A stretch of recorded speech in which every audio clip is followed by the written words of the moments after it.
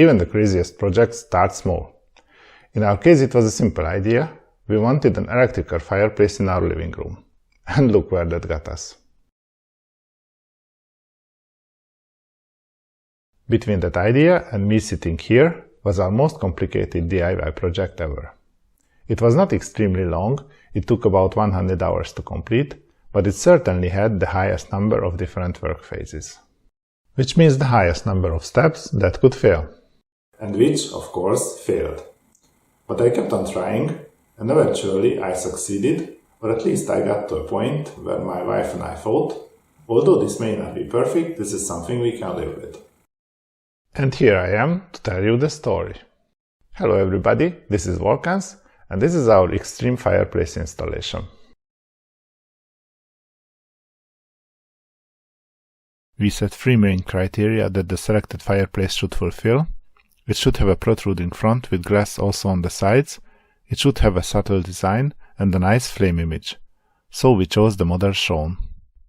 I quickly sketched up the relevant part of our living room in Blender, and we started to play with the layout. We wanted an asymmetrical design, with a place to sit on one end, the fireplace lifted up as if floating, and due to the large empty wall behind, something to break up the surface. The idea was to have an impression of an old wall with peeling plaster, and the painting appearing as if it had been hidden beneath the plaster. To make the picture pop, we had to find something strong and colorful. After searching the internet for weeks, we came across this amazing portrait. But this was not the first thing to deal with. It was time to design the structure holding the fireplace module. After our drywall construction a few years back, we thought the same idea can work here as well. An internal wooden structure covered with drywall. So what I did here was planning actual dimensions, considering what size materials are available. The skeleton is built up from 2.4 by 2.4 cm sticks. At most joints I simply glued the parts together. This may seem too weak, but once the drywall is screwed on, it will seriously increase the rigidity of the structure. And of course, the whole thing will be fixed to the wall as well. This was probably the simplest part of the project. The wooden structure, even with the drywall, would not hold the 18 kg weight of the electrical fireplace module. I asked a friend to weld me a few wall consoles that would support the structure just under the fireplace module.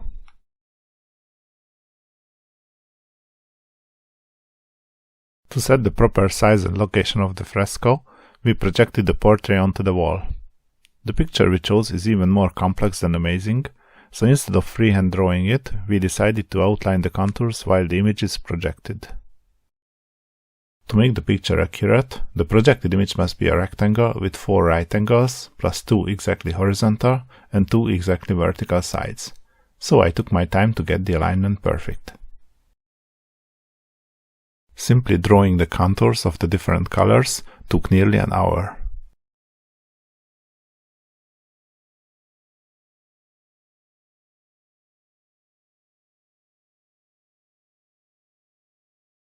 This is what we ended up with.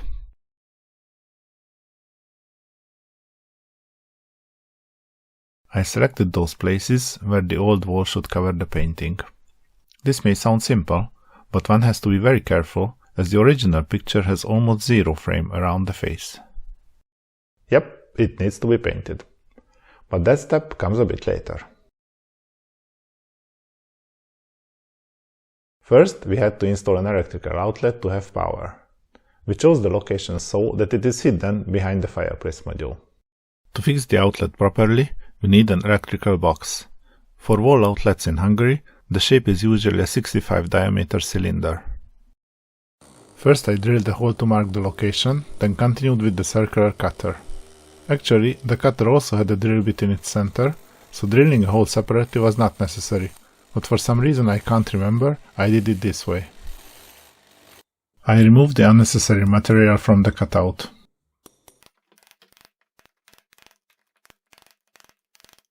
Then used the cutter again to reach the required depth. Next, I drilled a hole through the wall so that I can get the wires through. I firmly believed this was a 40 cm thick wall, and I was honestly surprised when it turned out to be only 12 cm. I inserted a plastic pipe into the hole, then fixed the box using electrician's plaster. I used a plastic bag to squeeze the plaster into the gap between the box and the wall.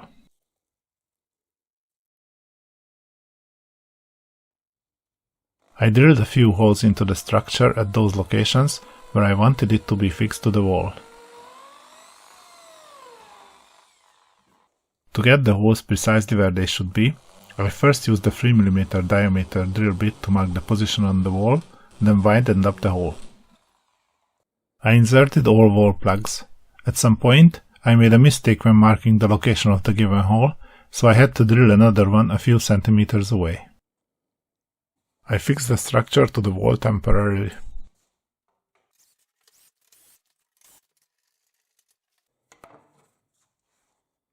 That looks horizontal enough. With the structure placed properly, I could mark the location of the iron consoles.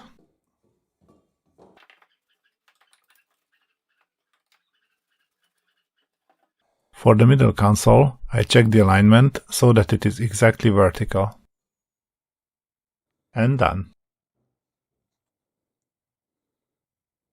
To make the power outlet installation easier, I fixed the wires into the outlet before inserting them into the plastic tube. They will be connected to live wires on the other side of the wall.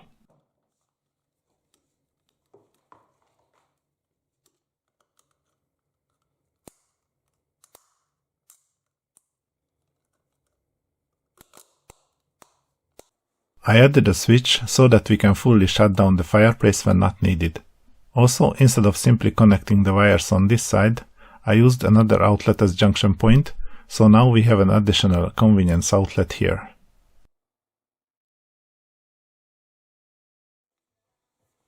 The wooden structure will be covered with drywall, so I used a small level as spacer to draw the contours of the fireplace.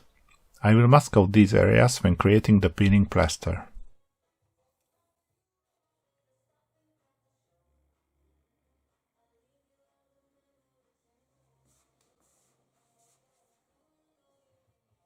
Of course, it was necessary to mark the contours of the future painting as well.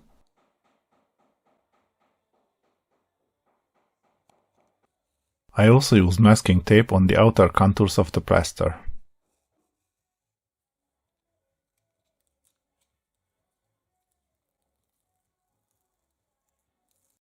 Originally, we had a wall lamp in a position that will be hidden under the plaster. I had to isolate the wires and squeeze them into the original hole.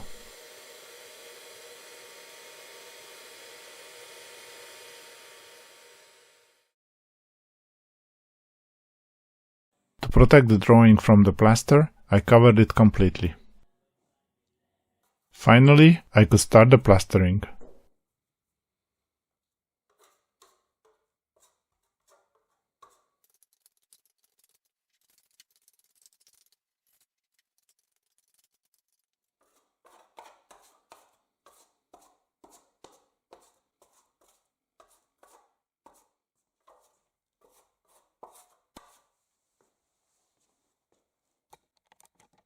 And that's the result.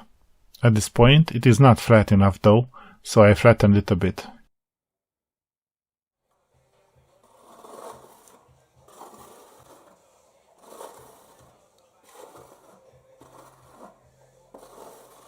This is the look that I wanted to achieve. Before coloring, I sanded the surface.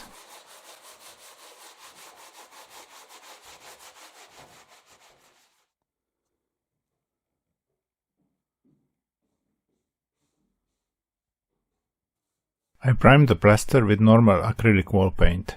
This will help later, as the plaster will not soak in the paint immediately.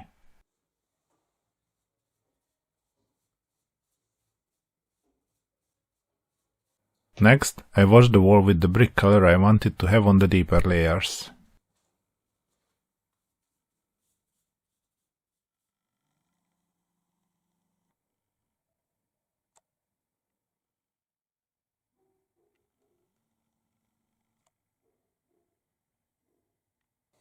To paint the higher layers only, I applied the paint with a sponge, with almost zero pressure.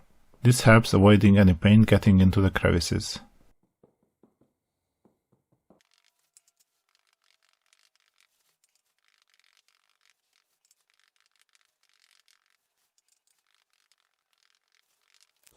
At this point, the paint consistency is very thick, it nearly works as a glue. Once the paint dried, I unmasked everything.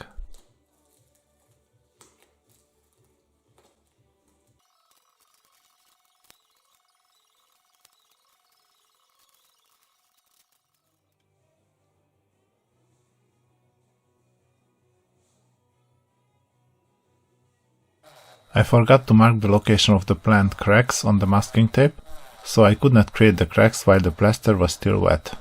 I had to carve them out later.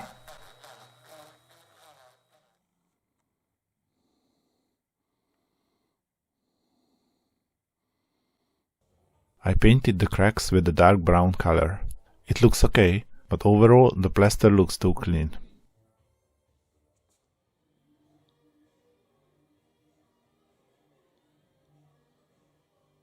It really needs some dirty washing / weathering.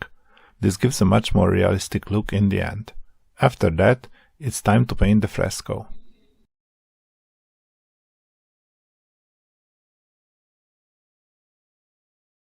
And here comes one classic mistake. Fortunately, it only affects this video and not the wall. So I wanted to create a time-lapse video. To avoid changes in the brightness while I move around and paint, I set the camera to manual mode, adjusted the exposure time, and started painting. It was a cloudy autumn day, until the sun came out. You can guess the result.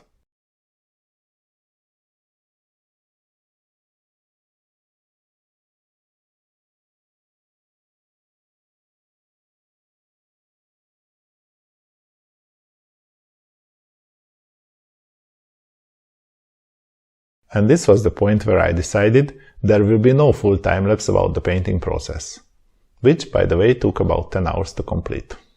Although I felt rather desperate after the first half hour, I'm really satisfied with the result.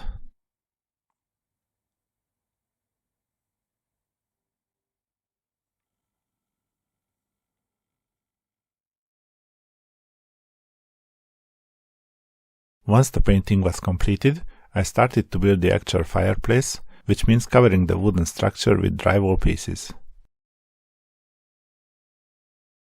As usual, the pieces are fixed with screws.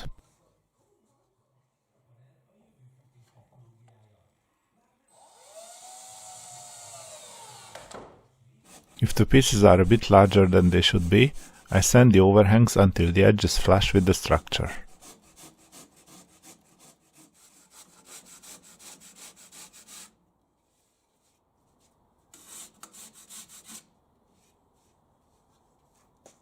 I started with the bottom of the fireplace.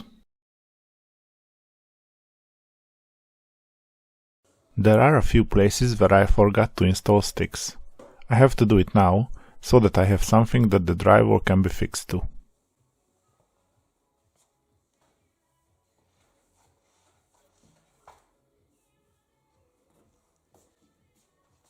The biggest piece is nearly 2 meters long.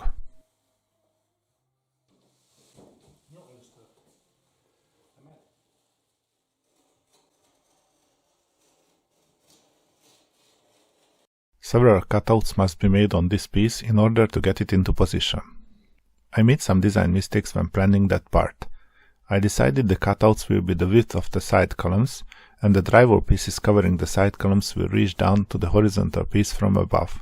Later I realized this should have been the other way around, the drywall and the side columns reaching down as far as they can, and the horizontal piece should be touching them from the side.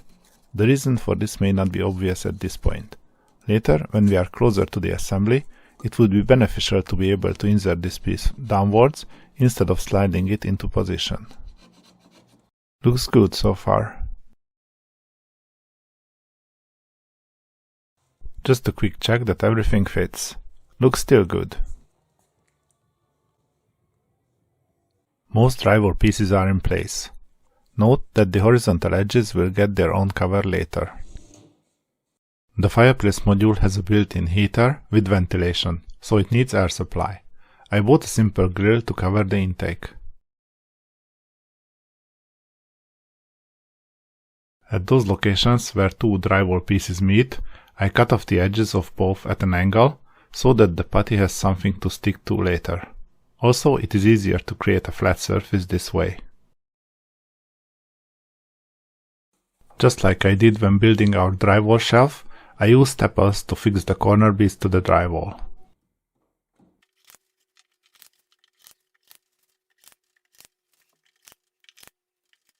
At the corners, it is necessary to cut the corner beads at 45 degrees so that they don't overlap.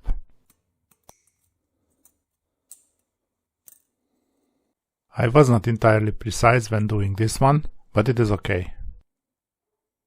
The first layer of the putty is never perfect, so I usually go with as good as it gets. At least 2 layers are necessary in all cases, but sometimes I do 3.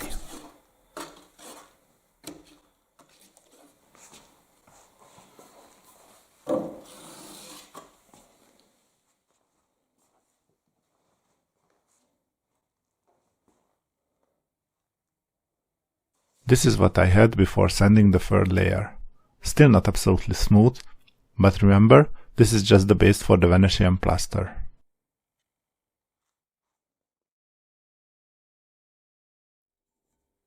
To measure quantities easier, I made a small spoon. The cost is near zero, and it turned out very useful.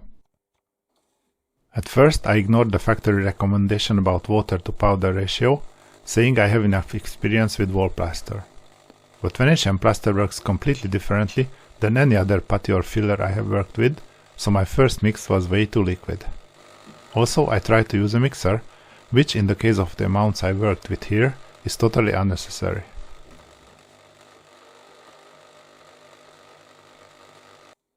For coloring, I used different pigments.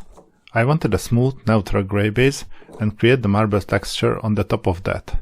This again turned out unnecessary, so in the later stages I worked directly on top of the normal putty.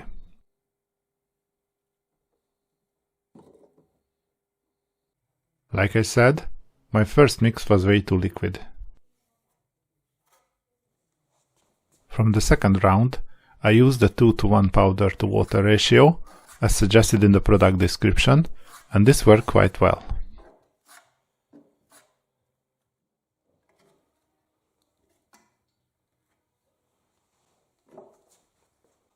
Due to the consistency issues, the first layer was anything but perfect.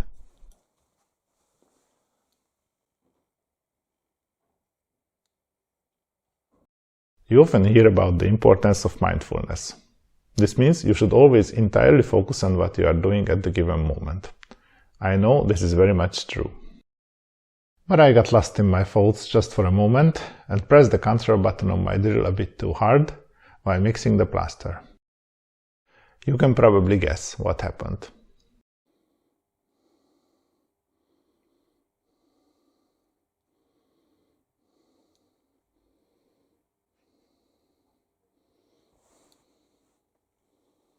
Mindfulness. It does matter. We wanted a white, dark gray, dark green, gold combination in the beginning, so I started experimenting with creating colors and texture.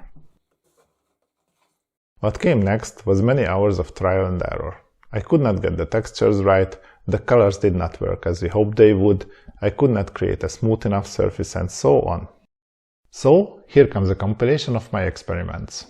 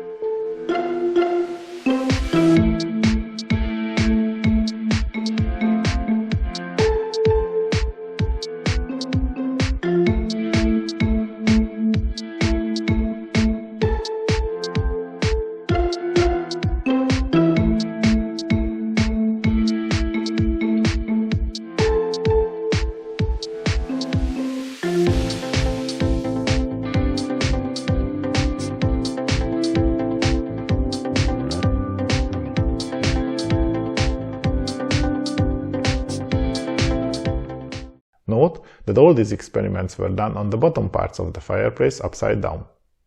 Only when we were satisfied with the result and had those surfaces cleaned up was it time to put the fireplace into its final location. But first, I filled all the internal corners with grout.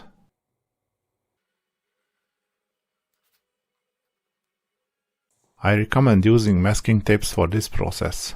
This helps to create clean and straight edges.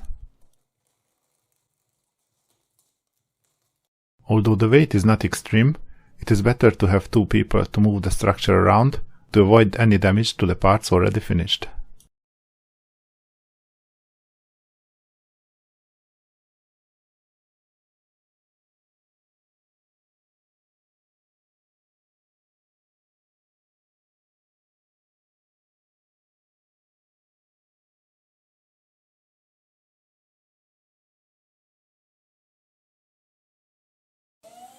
As all the fixing points will be inside the structure, it is necessary to remove the top covers to access the screws.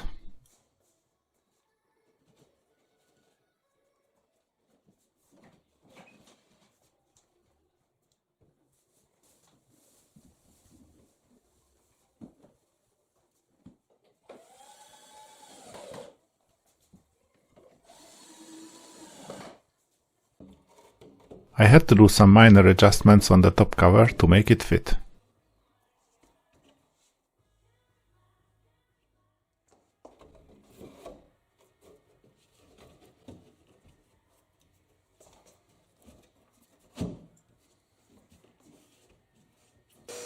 As the air intake is at the bottom and the air will flow through the structure, I clean the inside so that later the fireplace does not blow any dust remainders into the room.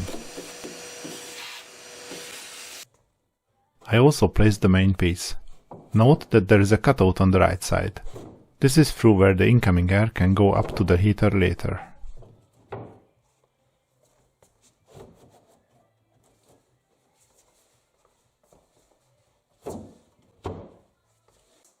I fixed the drywall plate more than properly. And here we had one of the big desperation moments during the build. We tried to test with the fireplace module, but, probably due to some minor inaccuracies during the construction, it did not fit.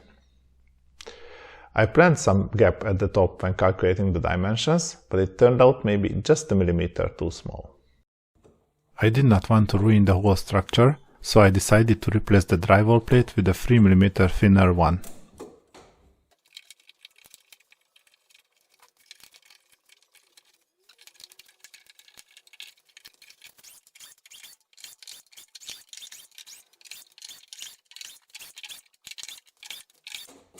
Of course, I had to adjust the edges accordingly. And add new corner beads and screws. Now, all I had to do was to create the marble texture on the yet untouched surfaces. This again took some time, but at least I felt like I know what I was doing. As the urban legend says, you can make Venetian plaster shine just by smoothing it with the trowel. I never succeeded to make the entire surface shine this way, only parts. So, I used machine force. This has to be done carefully though. Even a 2000 grit sandpaper can eat the Venetian plaster in a matter of seconds. Now, the next steps are something some people may disagree with. Usually, when you use drywall, you can either paint the corner beads or put enough plaster on them so that you can paint that. Here the situation is different. My experiences show that Venetian plaster breaks very easily from the corner beads, leaving an ugly gap behind. To avoid that, we decided to remove the plaster from the edges entirely, but we did not want the corner beads to shine. So finally I painted them with a very light grey acrylic paint. The paint accentuates the edges, but it should be really close to the color of the surface, just a touch darker. And we like the result. As the final step of working with Venetian plaster, the surface needs to be waxed. This not only protects the plaster, it also deepens the colors and makes the surface really shiny. I have to admit, this was the most satisfactory step in the whole process. The wax fills all the tiny gaps you could not get rid of earlier and totally changes the look. But it does no magic, so before applying it, you have to make sure that the surface is really close to perfectly smooth. And, as it is basically a putty, all the tricks that you can do with putty work here. So it is worth to apply several layers and polish one layer before applying the next. And then again. And the moment we have been waiting for, let's actually install the fireplace module. And this time, it fits.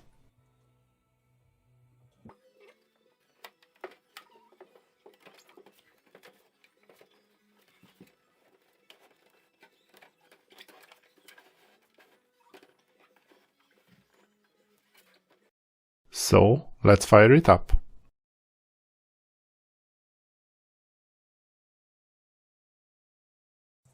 Just a few final steps remaining, like placing the air intake grill,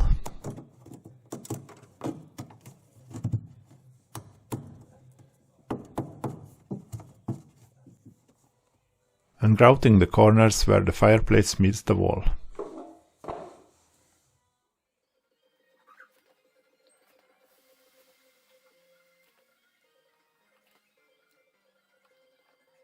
There are some really fascinating videos on YouTube on what you can achieve with wall plastering, what you can do with Venetian plaster, and it all looks really easy. Spoiler alert, it's not. I thought I could do the same, and of course I failed. Don't misunderstand me. Although it's very far from perfect, we are really happy with the result. It is to our liking, it is unique, and most importantly, it is something that we created for ourselves. So I would like to encourage you, don't be afraid to try and fail. After every attempt that went wrong, we carefully analyzed the results, trying to clearly define what is the problem and what should be avoided in the next round.